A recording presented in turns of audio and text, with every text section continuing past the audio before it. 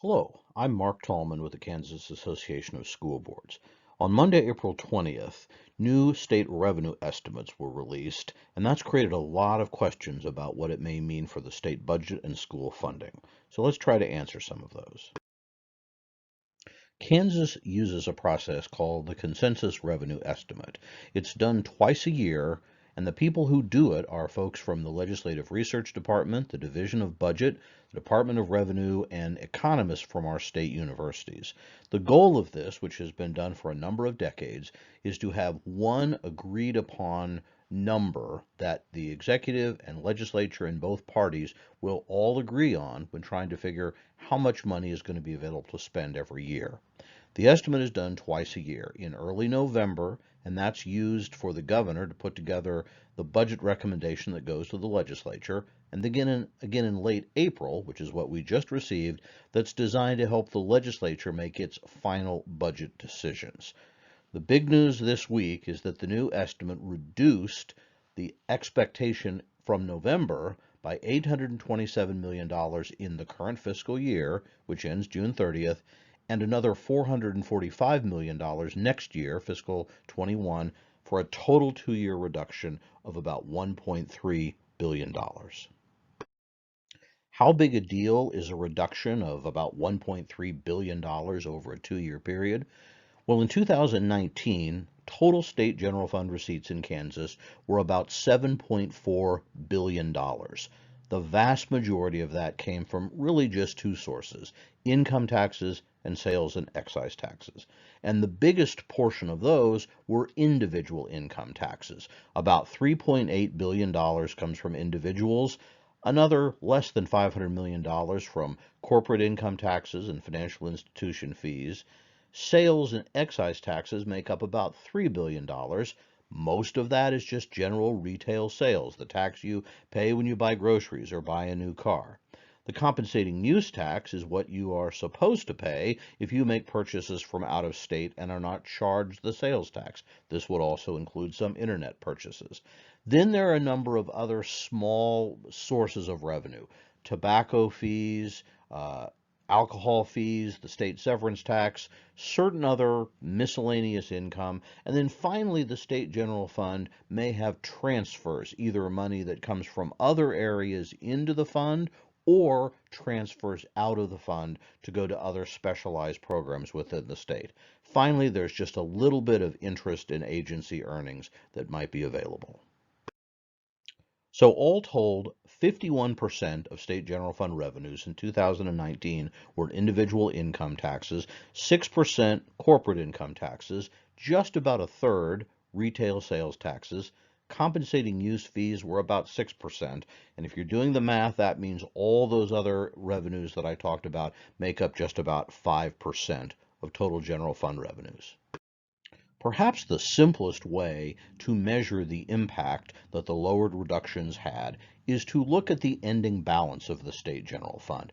In other words, that's the difference between the amount of money coming in revenues and any balances on hand, subtracting all the spending that's done in that year, and seeing what's left. The legislature has approved a budget for the current year, ending 2020. It's also approved a budget for next year, fiscal 2021. The last year that is over, fiscal 2019, the general fund ending balance was a little over $1 billion. Under the budget expectations that were passed before the legislature ended in March, the ending balance was expected to be about $626 million. And for next year, 2021, the ending balance was still expected to be about $731 million. Fairly healthy. With the new estimates, the current year's ending balance dropped from over $900 million to just $200 million, and for next year, the ending balance dropped from $731 million to a projected deficit of $653 million. In other words, the legislature expected, based on the revenue projections from November, to end next year with over $730 million. Now, because of the change, we're facing a $650 million deficit. Unlike the federal government, the state can't run a deficit, and that means some action will have to be taken. It probably will fall to the legislature, which can either reduce spending that it's already approved, increase revenues if there's a way to find other taxes or other sources of revenue that could bring more in, or make changes in transfers, try to bring money from other programs into the state general fund. For a number of years, that's been done with money that is flowing to the state highway program from sales taxes. That's very controversial. The legislature's tried to end it, but in the past, that was one of the tools made to handle situations like this. If the legislature doesn't act, the governor can make what are called allotments. Basically, that's just a word for spending cuts ordered by the governor. If there's a projection that the state general fund balance will drop below zero, the governor can make targeted spending reductions in whatever area he or she would want to do. If the governor wants to have a $100 million positive ending balance or somewhere between, reductions have to be across the board. In other words, all programs would have to be cut by the same amount. And the governor's administration has some tools to manage a financial situation by doing things like delaying spending or aid payments. For example, you could push payments that are supposed to be made at the end of a fiscal year into the next fiscal year to avoid a deficit. Of course, that just moves the problem down a year and has to be dealt with eventually. The other thing that is unknown, that is not controlled by the governor or legislature, is possible federal aid. This is whatever the federal government might decide to send in the way of assistance. Kansas always receives hundreds of millions of dollars in federal aid. We know in the current crisis, more aid has been provided and more might be on the way. From a management viewpoint, it's important to know that right now, the current fiscal year is over 85% completed, so it'll be very hard to make many adjustments.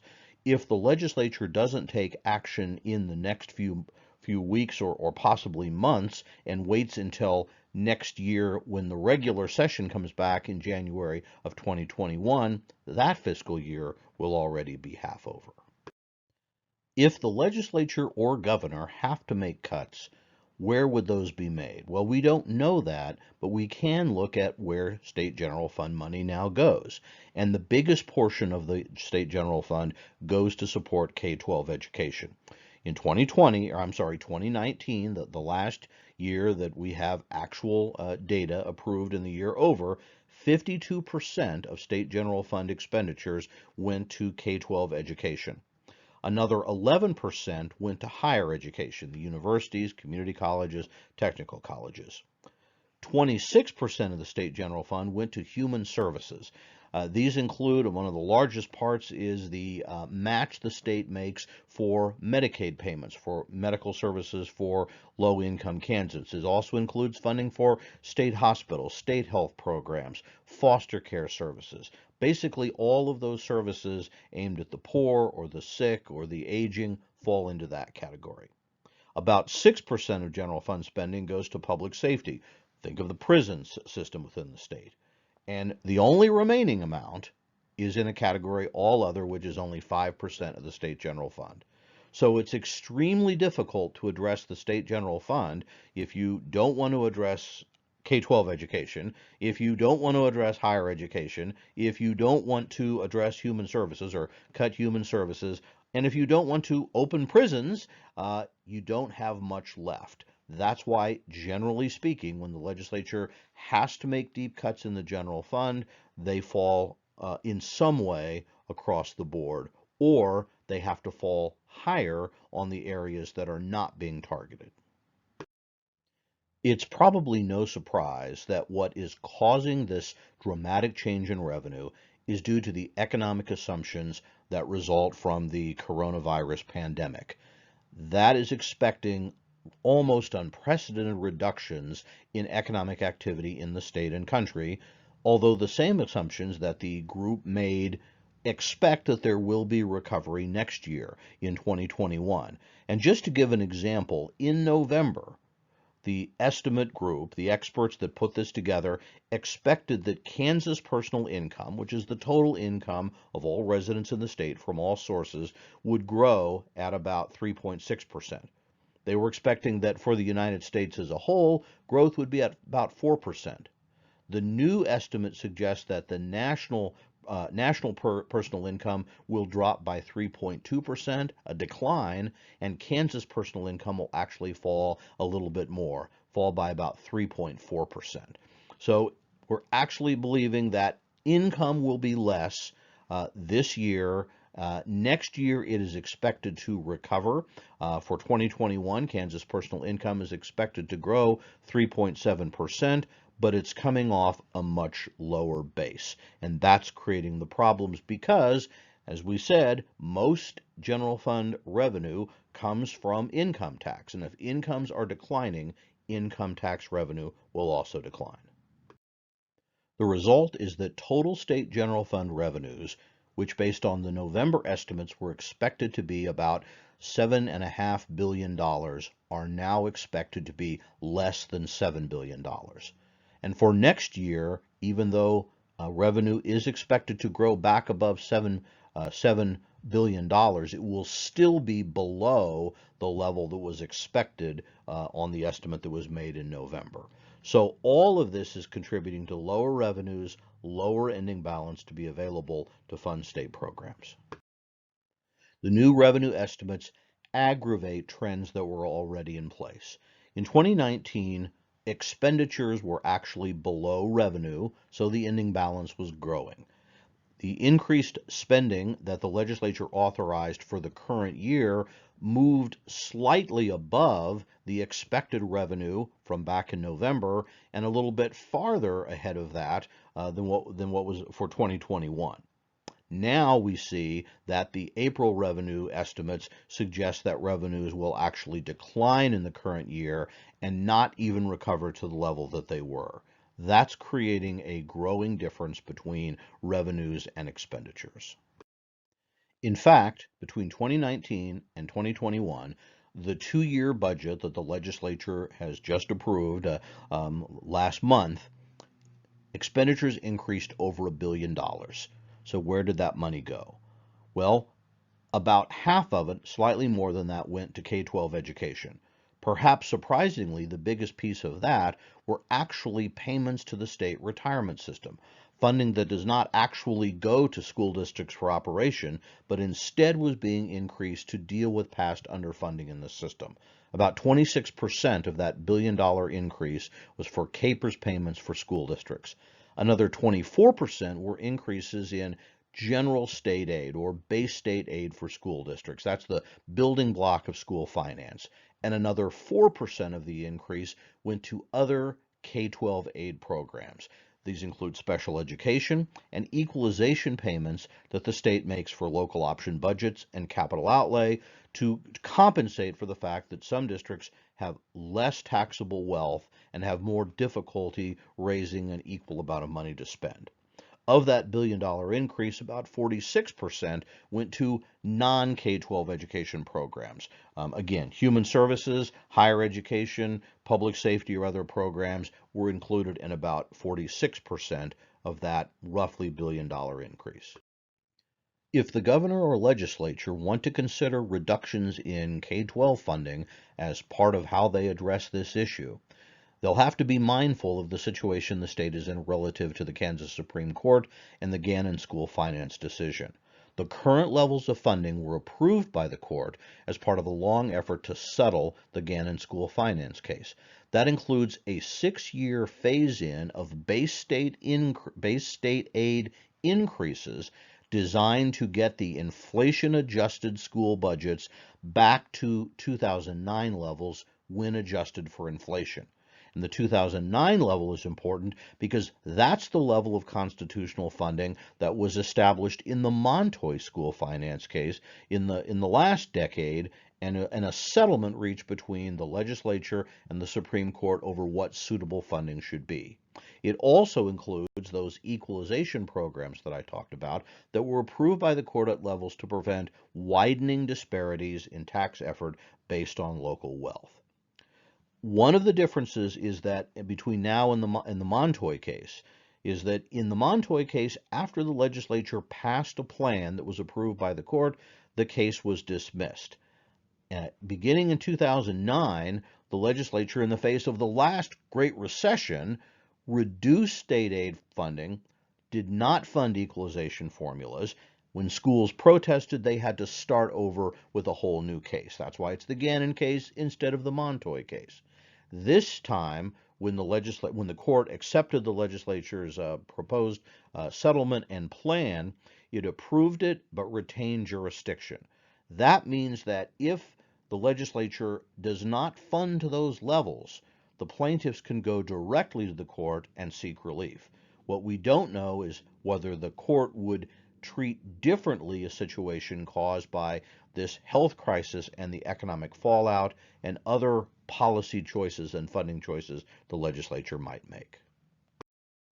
As I noted earlier, one of the biggest factors in increased school funding in recent years has not been for the main school finance formula, but for the Kansas Public Employees Retirement System.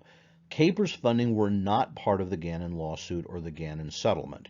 It's something that the legislature might more easily be able to reduce funding without running into constitutional issues. However, failure to fund KPERS at the scheduled payment rate, the level that's been approved, increases the so-called unfunded liability in the system. The unfunded liability is the gap between the estimated cost of promised benefits in the future, estimated investment income, and the expected contributions. It's really up to the legislature to make up that gap. In the past, for really several decades, the state has not put in the money that it was expected to fund the system, and that unfunded liability was really reaching a critical shortfall. Governors and legislatures in the past have been trying to reduce that gap, and that's the biggest reason that of that $1 billion, such a large part of that was for KPERS, to try to correct that unfunded liability. And in fact, the KPERS situation will likely be worse, at least in the short term, because KPERS investments are often made in the stock market, which has also plummeted during this economic crisis. Another issue that could be discussed again is that Governor Laura Kelly has twice proposed to re-amortize the debt of the KPERS system. That basically means is instead of looking at how much has to be put in to close that unfunded liability gap on current schedule, which is about 2034, the governor has suggested pushing that date out a little bit further into the future. It's sort of like taking out a new mortgage on your home. It means that the annual payment could be less, but it also means it will take longer and more money in the long run to pay off. As we begin to wrap up, we should note, as I've alluded to, this is not the first time the legislature has faced a decline in state general fund revenues and a budget shortfalls as a result.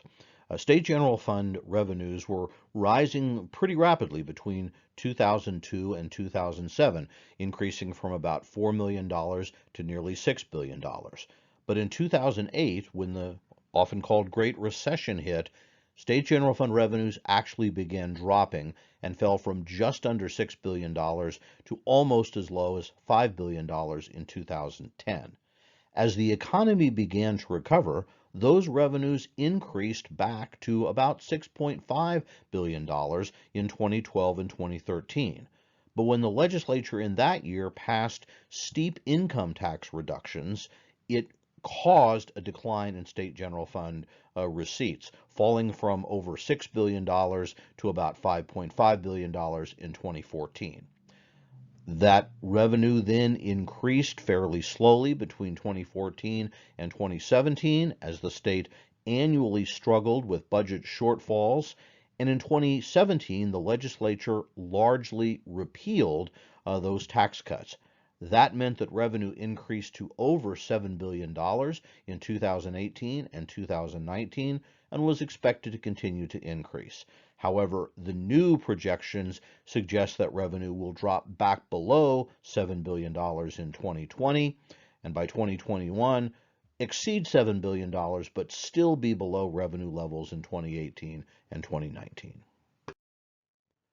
Over that period of time, governors and legislatures did a number of things to deal with shortfalls in the past. From an education viewpoint, there were reductions in base state aid, which ultimately reduced school district operating budgets. The legislature froze or eliminated equalization aid, and of course that results in not only fewer dollars available, but wider disparities and more reliance on local property taxes. For 2 years, the legislature adopted, as Governor Sam Brownback proposed, block grants to school districts, which was essentially a way of freezing funding. Almost all other discretionary state programs were also reduced over this period of time, some much more deeply than K-12 education, which does enjoy, at least to some extent, a constitutional protection.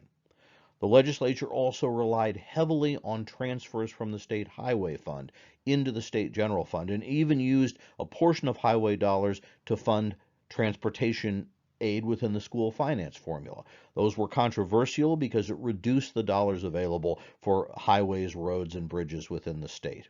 We've already noted the legislature reduced or skipped or delayed payments to the KPERS system, which made the long-term unfunded liability worse, but was a way of getting through current years without reducing other programs as much. We've also seen delays and shifts in school district aid payments from one year to another to try to manage cash flow when things are very limited. The state borrowed from investment funds from idle money. That was done fairly recently and only within the past year was paid back. And then finally, the legislature did something which is called sweeping cash balances, going into state agencies, looking for funds that have been accumulated and kind of balances for operating purposes, reducing those. What has been discussed, but not seriously proposed, would be taking a look at school district cash balances, which vary significantly from district to district. Finally, let's talk about the possibility of federal aid. During the Great Recession from 2008 to 2010, as Kansas faced major budget challenges, the federal government provided hundreds of millions of dollars in what was called stimulus aid. A lot of that went directly to K-12 education. In fact, it was used to partially fund base state aid and special education dollars. When those funds expired, not all was replaced, and that led to further reductions in K-12 aid. In the current crisis, Congress has already provided some aid to Kansas and other states. School districts will be receiving about $86 million in direct school district aid, most of which will be distributed based on the federal Title I formula. And if you're not an expert in federal aid to school districts, Title I is one of the largest federal aid programs, and it's very much based on poverty. So if you're a district that has a lot of low-income students, you'll get a higher share than districts that don't have as many poor kids. In other words, it isn't distributed on a head count basis or even on a base state aid basis. State Board of Education has indicated that some money will also be sent through the state special education aid formula, which is distributed on the basis of special education teachers and aides. State has also received $26 million for the governor that can be used for either K-12 or higher education. It's the governor's choice on how to allocate those dollars. Higher education has also received about $100 million in funding. Finally, the state has received or is going to receive about $1.2 billion in additional aid to deal with the COVID epidemic. That sounds great. That's almost as much as the loss in revenue that is projected by the latest estimates. But most experts are saying it is unlikely that all or perhaps any of that money could be used to replace revenues that are being lost. So even though that's a lot of revenue, it may not be useful for where the state is losing dollars. There is some discussion of additional future funding. One might be to expand the federal E-rate program, which is a way of getting dollars to schools and libraries that's been used for several decades, based on the concern that so many students in Kansas and elsewhere are now having to learn from home, and many do not have the technology or internet access to do online learning that many other students are able to take advantage of. In addition, there are discussions of direct state payments again to replace lost general revenues at the state and local level. But that would depend on agreement between, of course, Republicans and Democrats in Congress, and ultimately the Trump administration being able to agree to a program like that. We just don't know. So where it stands at this point, we know Kansas is going to have to take some actions. The legislature is expected to come back sometime before mid-May for its final session, but because of ongoing health concerns, we don't know when or absolutely if that will happen. That doesn't happen unless there's a special session called by the governor. The legislature would not meet until next January, and that means the governor would have to try to address the issue between now and the return of the legislative session. As always, KASB will do our best to keep you apprised as to what's happening in state government as it affects education.